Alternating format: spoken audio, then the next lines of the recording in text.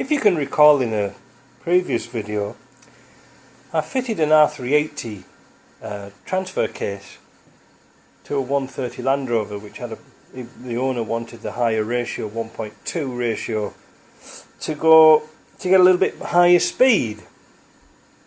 Well, fitted it, and yeah, everything seemed to be well. And then the clutch went. So again, in another video that we'll post up in this corner, you'll see that the clutch had ripped out and we had to start again. When I was taking it so I got it all back together again, took it for a test drive, and there was a noise coming from somewhere. Couldn't work it out where it was coming from. I asked the owner, he says, "Oh yeah, no, that was there when we put the transfer case in." Now, I bought this transfer case used but allegedly reconditioned. So I stripped it down. I didn't show you how to strip it down. Anybody can strip something down. But we're going to try and put it back together again today. But today I'm going to sort of really concentrate this video on fitting bearings and a little bit about bearings, because I try to use original quality bearings. These are SKF ones. And there's an awful lot of Chinese stuff around on the market, and it isn't that bad. It isn't that bad a quality. But there's a few things you've got to watch out for. So I'm going to offer you a few hints and tips, and most interestingly I'm going to show you about preloads on bearings, alright? So, because it's very important how you set these up, otherwise you'll burn bearings out. Well, I do get a lot of people saying, "Oh, I fitted these big Brit bearings and they failed after 2 weeks." Well, sometimes it's all down to technique. So let's do a little video on what a bearing is and how you should handle them.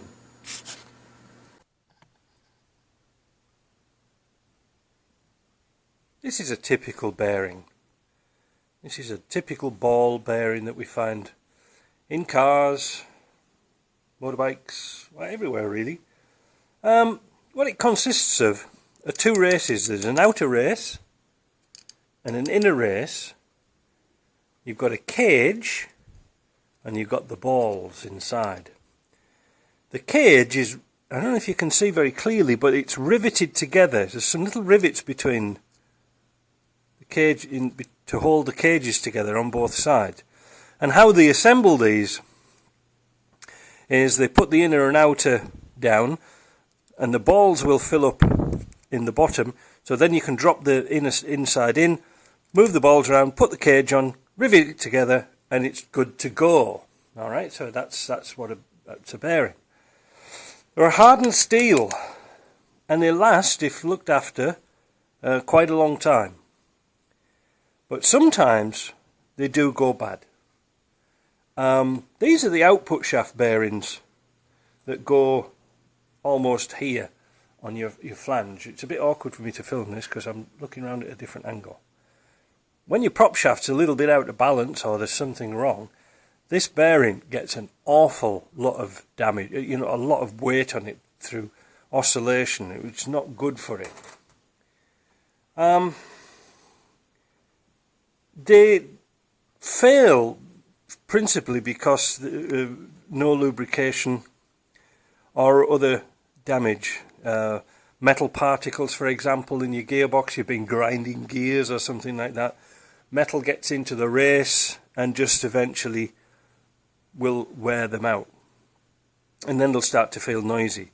Now, when you want to find out if a bearing's good or not, is you can rattle them a little bit and you can feel if there's any looseness in that bearing. And you can spin them and listen to them. They shouldn't feel dry. They should feel nice and smooth. A lot of people replace bearings just as a matter of course, but it's not always necessarily so that bearings have to be changed, and it runs you up a lot of money. So that's a typical ball bearing.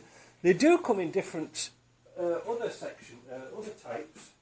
Here's a good example. This is a taper roller bearing. We see these a lot. This is your input gear for your transfer case. And again, this time it's on a taper. The bearings are hardened steel again, rollers, with a steel cage, mild steel cage, and the other half is here, and they go together one on top of another. Now this is what preload's quite important about. When you put taper rollers together, like for example on a wheel bearing, you've got to make sure that there's just ample enough clearance so they don't run too hot. The more you compress that down, the hotter those bearings are going to run, and the life of them will not last very long at all. So in this instance, with this bearing, there is a shim just under here. In fact, there's one here. There's a shim, and we select the thickness of that shim to get the right load on that bearing, and that's one of the things I'm going to show you next. What I've done here is I've installed the gear with the top cover on, and I just put a couple of bolts diagonally opposite. Doesn't need all that many, and I've put the bearing in with the shim in that I think is correct. But when I pull on so I put a cord around the gear inside, and I put my spring balance on, and I'm just giving it a gentle tug, and that's only showing around about 2 pounds resistance. It really should be 5 to 15 pounds, the preload, and that means the grip between the top cover and the bottom bearing. So I need to put a little bit thicker shim in there for that to work properly. So by pulling on the string, we can find out the resistance of the clamping pressure is too low according to the manual. There's no actual play on it at all. It's quite tight. So using your digital caliper, just wipe off the faces and wipe off the shim. Now this isn't the one out of there, but it's a similar one. You measure it up, and this is 3.4, let's say 3.4. I could go to 3.5, and I could probably get the tension correct. So it just needs, the washer in here needs to be a little bit thicker. That's easy to do. Here's another example of taper roller bearings and why we use them. These are quite almost level taper roller bearings. They get a lot of weight, thrust pushed on them, and thrust is the word, because in this instance this is a helical gear, this is the intermediary gear, and you can see the teeth aren't parallel. They're at a slight angle. It's like a helix. So what it's doing is, as thrust is turned, as the thrust is applied by another gear, this is trying to push out. It's trying to push this way, all right? It's trying to push that way. So this is why you need bearings that are sort of adjustable to take up any slack, and also with the surface area this way, like almost like a wedge pushing in. Because if you used a regular bearing such as this, the surface area where the inner race goes to the ball, goes to the outer race, is very, very small, whereas here we've got as much surface area on that bearing as we could possibly get. Now in this one, this is quite an unusual way of setting up the preload, because this one comes with what's called a collapsible spacer. I haven't cleaned this up yet, so I'm just going to show you. And if you can see here, this tube is normally parallel, almost like that one's parallel, but this one has got a slight bell on the end, and what's happened is, when this tube is new, it's actually a little bit longer. So what you do when you assemble it together, if you can see this here, when you assemble it together, and you tighten this nut into the casing, this tube will collapse until the play is eliminated from that. Now you've got to use your own judgment. There's no way of really measuring it. And then once you're happy with that, then you can lock it up the lock nut, and it'll good for the rest of its life. So there's another use for bearings. I'm only going to concentrate on these two types of bearing because there are different types. There's parallel bearings, there's needle roller bearings, there's all sorts of bearings all over in Land Rover. But these are the principal ones that we are concerned about.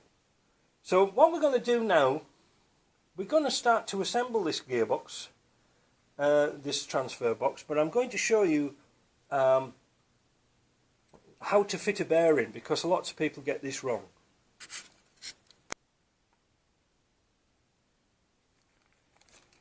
So the simple act of fitting a bearing. This is the replacement bearing, and you never open a bearing until you're going to use it. Keep it clean.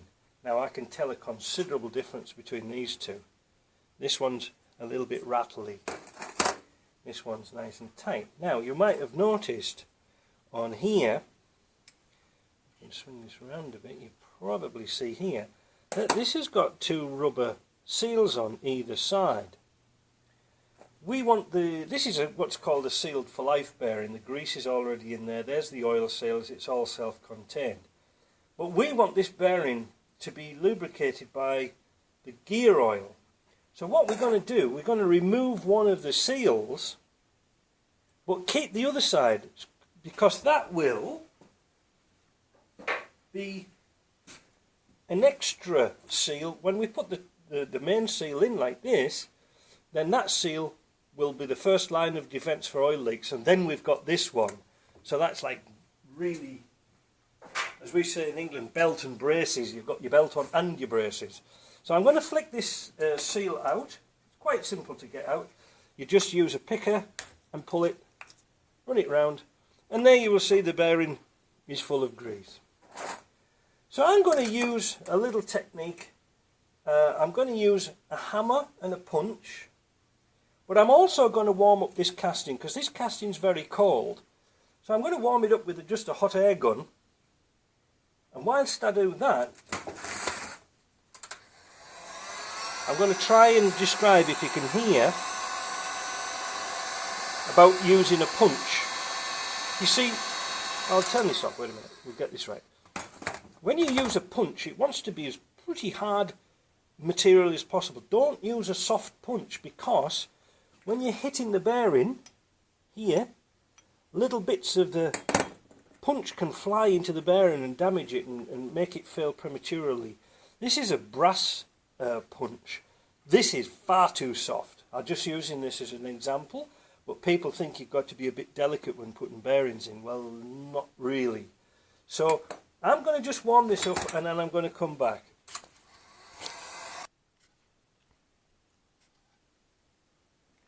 So that's now warm to the touch. I'm going to drop my bearing in, but again, remember, I'm going to put the rubber side outside. So that's warmed up. Sometimes I just tap in. Of course, they won't this time. You notice I'm tapping this round. I'm going to show you some different techniques. So this is, you get it started, and I'm only hitting, I'm only hitting this outer edge. Never ever hit the middle, and I'll explain that later. So we're getting there now. That's dropping in there, and that's aligning it up quite square. Get into the habit of wiping your punches down, even though there's a shield on it. And we're going to put the punch on here and give it a tap in. Opposites, always opposites. Can you see that?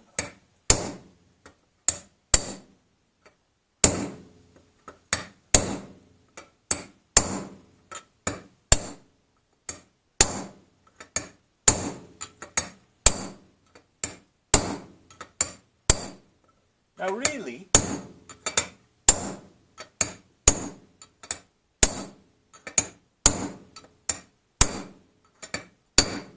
and that's now sounding on this metal bench that will not go in any further. In an ideal situation, you would use sort of a washer to compensate, to spread the weight and hit it, but I haven't got one. Another thing you can use, if the hole is the bearings are a little bit difficult to get in, is, and I use these for fitting oil seals, it's just a piece of exhaust pipe. Alright, it's nothing fancy, just a piece of exhaust pipe.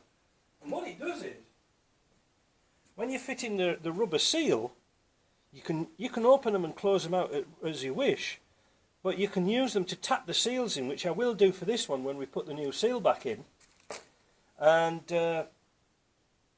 you won't damage the bearing. So that's nice in there. There's no damage to that bearing whatsoever. That's a method that you can use at home. I don't particularly like doing that, but it's a way of carrying on and getting things done when you haven't got much equipment. I'm going to show you another technique, how to use the press on the other end of this housing, on the other end of this transfer box. But for now, what I'm going to do is I'm going to put the snap ring in here and replace the seal. The snap ring, or the Circlip, is quite heavy duty, which requires quite a heavy duty pair of pliers to get this in. These have got a ratchet on them, so when you pull them in, they will not spring out, and then drop. See, it's compressed. Drop it in, compress a little bit, let the clip off, and it's now in the hole. However, it isn't in completely. Always check. See, this side is in and this side isn't. So we're just going to use the little punch and press it down by hand, and you can hear it snap in. The next bit is to fit a new seal. The next thing we're going to do is we're going to draw this bearing, this shaft, through here. We're not going to fit the seal quite yet. I forgot to, I missed something out.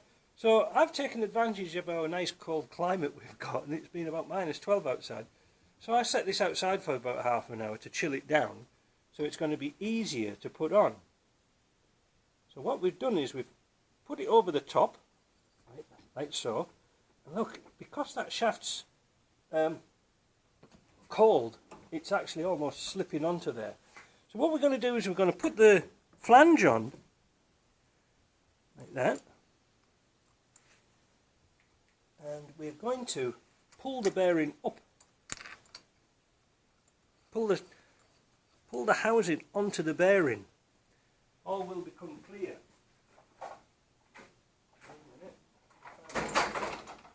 Totally not prepared for this. Using a 30mm ratchet. You see what we're doing? We're pulling it down. See how easy it goes on, eh? And we're pulling them together. And we're not damaging that bearing nut anywhere. We're not going to torque this nut up until we get the box together. And there, we're down now. That's it. So I'm going to back off this nut. There we go. Back it off. Take it off.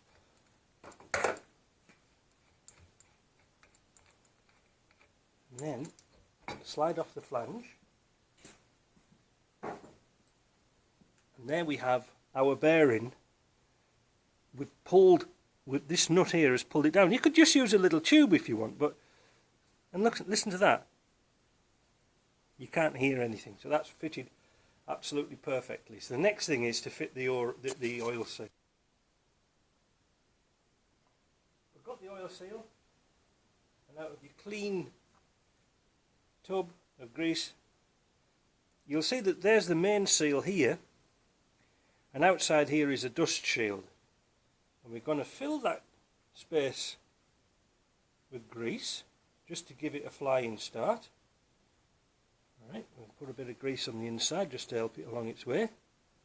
We're going to put the seal on like this and push it as much as we can down. Now I'm going to just drop this down so that's now resting on the vise, not on the shaft, because we don't want the shaft to knock the bearing through. And using our little piece of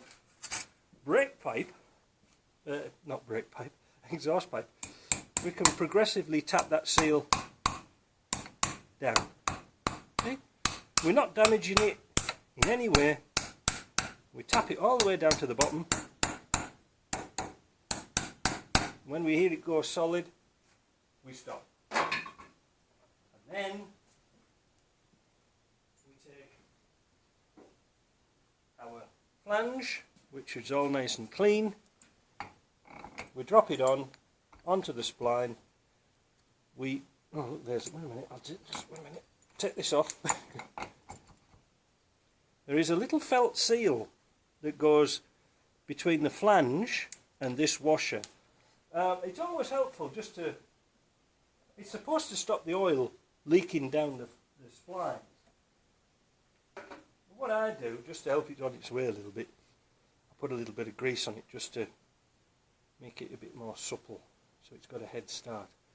Put that on, press it down, and then put the nut on, but put the nut on just loose. Because I always leave them just a little bit like that, because you can see instantly it's not fully tightened. If you just nip it down, but don't tighten it up enough, you might make an error and just think, oh, well, it's already tight, and you'll forget to tighten it up properly.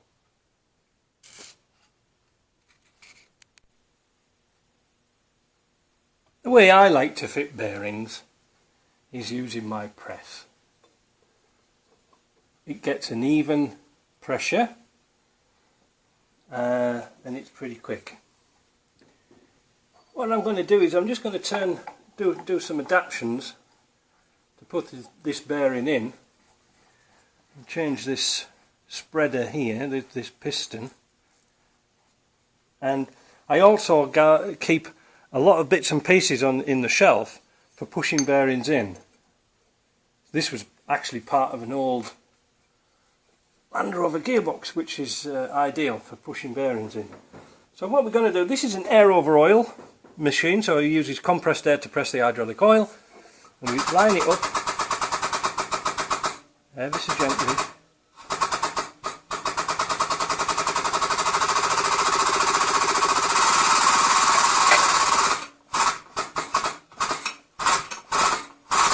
There, we don't want much more. See? And that's it, that's how simple it is. Alright, so that can go back on the shelf. Now we can reassemble this piece.